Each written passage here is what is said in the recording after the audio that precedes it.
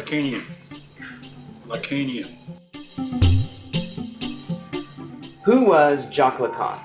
Jacques Lacan was a French psychoanalyst and philosopher. He was born in 1901, I think, the dawn of the 20th century. He died aged 80 in 1981, and he was a Freudian psychoanalyst in a way. He was very influential. But the ideas of Freud were very influential at the time when he was growing up. And he became a psychiatrist after studying medicine, became a qualified psychoanalyst.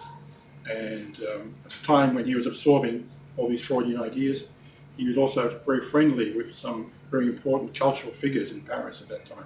People such as Pablo, Picasso, and Salvador Dali. Really? Okay, so just a minute. You mentioned, I think, psychiatry, psychology, and psychoanalysis. Can you just explain those a little bit? Well, psychology first. Psychology is a broad scientific field which studies how we think and act. Psychiatry, on the other hand, is a medical field. So psychiatrists are doctors. They use medical techniques, medical technology, and drugs when they diagnose and treat behavioral and mental disorders. And one key difference is a psychiatrist can prescribe drugs. A psychologist cannot do that. Now, psychoanalysis, I should say, is a form of treatment which was developed by Sigmund Freud over 100 years ago, which involves direct patient-doctor interaction and lots of talking. Is this the same as talk therapy? Well, talk therapy is probably part of it, came from that.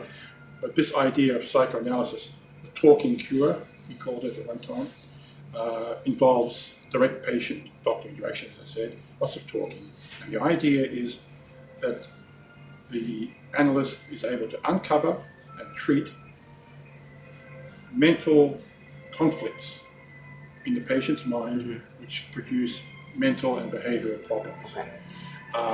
He called it the science of the mind. He was very much concerned that this was a science. But since Freud's time, the status of psychoanalysis as a science has been challenged by a lot of scholars. But people still do talk therapy. Yeah. Okay. Yeah. Certainly. Yeah. Lacan is described as a post-structuralist? What does that mean? Well, first we have to think about what structuralism involves. It arose from the study of linguistics in the late 1800s, early 1900s. To put it very simply, it saw language as a structure. And the structure is made up of interlocking systems. And these systems are at various levels, going down to the deep level. And the idea of there being a deep structure to language later also became applied to psychiatry, literary analysis, anthropology, even economics. It became very influential. Okay, so that's a structure. What's the post-structuralist part? So this is a very complex field. Yeah.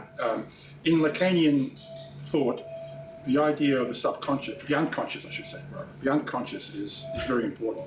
The Freudian idea of the unconscious is the part of our mental structure which has no control.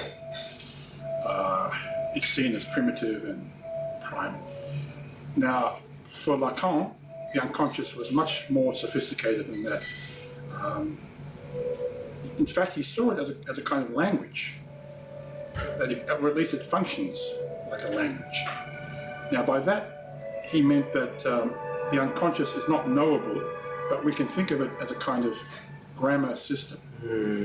And to give an example, imagine that you are suddenly forced to deal with a language you've never seen before, a completely unknown language. Of course, you won't understand it, but you will be able to see some patterns, work out some rules, and from those you'll be able to make a surface grammar of the language. In Lacanian psychoanalysis, the same thing can be done for the unconscious. お願いします。まだ撮影中？そうです。じゃあこっち置いておきましょうか。いいですよ。はい。お友達ですか？私？そしてマイケルのお友達ね。マイケルのお友達。Okay, so you're saying that Lacan is saying we can actually examine the unconscious mind and see the structures of the unconscious. We can't know the unconscious mind, but we can see some structure to it, as if we can see a design, but we can't see it itself.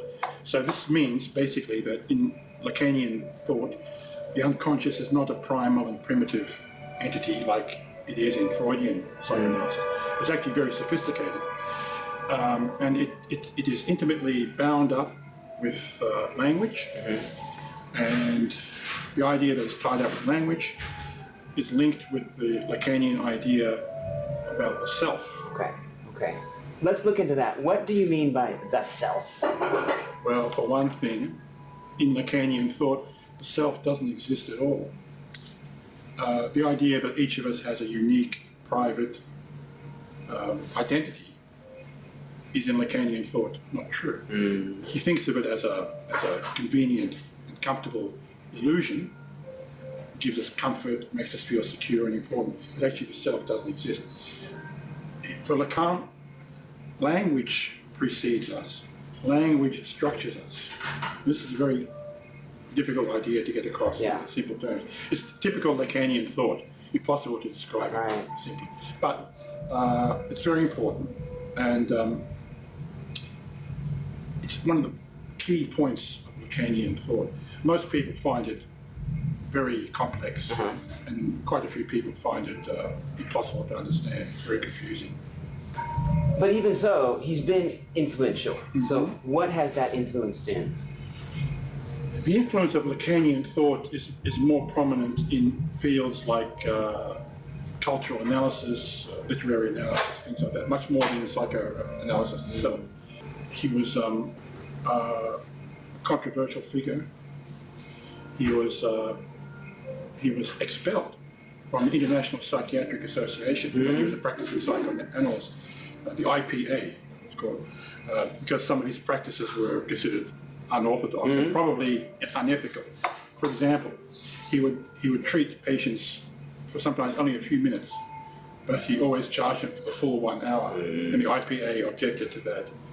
So he was in trouble because of that.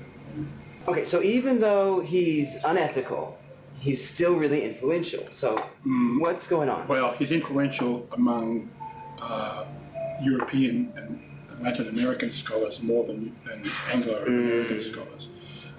And whatever influence he's had has been more to do with literary analysis, cultural analysis, how we study art, literature, architecture, much more than the psychoanalysis itself.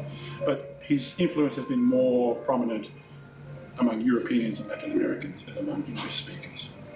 So, can you explain the reason? At the risk of oversimplifying, I think English-speaking scholars have less patience dealing with the very dense, very obscure, almost mathematical way that Lacan wrote. And I think many of them just didn't like what they read. A lot of people have dismissed his ideas as being superficial, pseudo-intellectual, contradictory, confusing, etc. I think some of those criticisms may be valid. Of course, when you're dealing in a field where psychoanalysis overlaps with philosophy, you're going to have a lot of difficult ideas emerge. Okay, so in general, what should we think about when we hear Lacanian?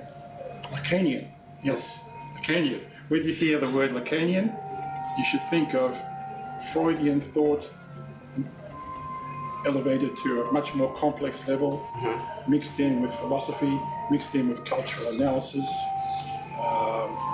and the first word that comes to mind would be complex. The second word that comes to mind would be obscure.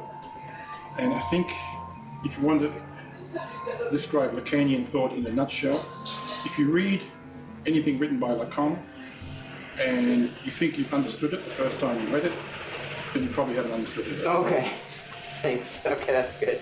Thanks a lot.